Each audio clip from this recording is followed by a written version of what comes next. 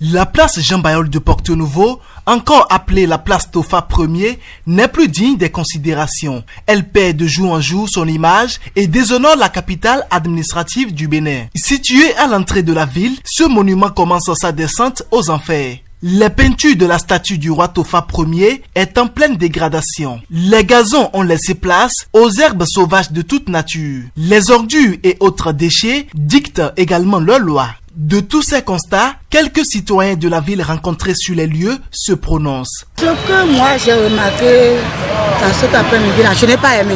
Si je savais, on n'allait même pas venir ici. Salubrité vraie, là, c'est ici. Ah, nous parlons dans nos écoles, nous crions partout, entretien des places, je ne vois pas l'entretien.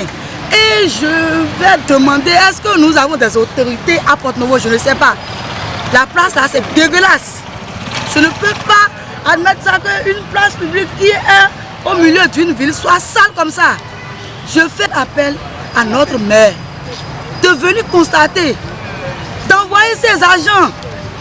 Place publique, on parle entretien, sauvegarde des places publiques, de venir voir lui-même. Le problème de salubrité là, ça ne concerne que les autorités, ça concerne tous les citoyens. Donc l'appel que j'ai à lancer à nos autorités ou bien aux citoyens, c'est de créer des staffs qui seront composés d'hommes et femmes, et ceux-là seront chargés de rendre saines nos villes et campagnes. Là où se trouve un ancien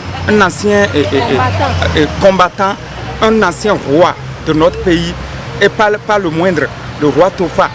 C'est pas bon. L'aspect de cette place publique n'est pas du tout bon.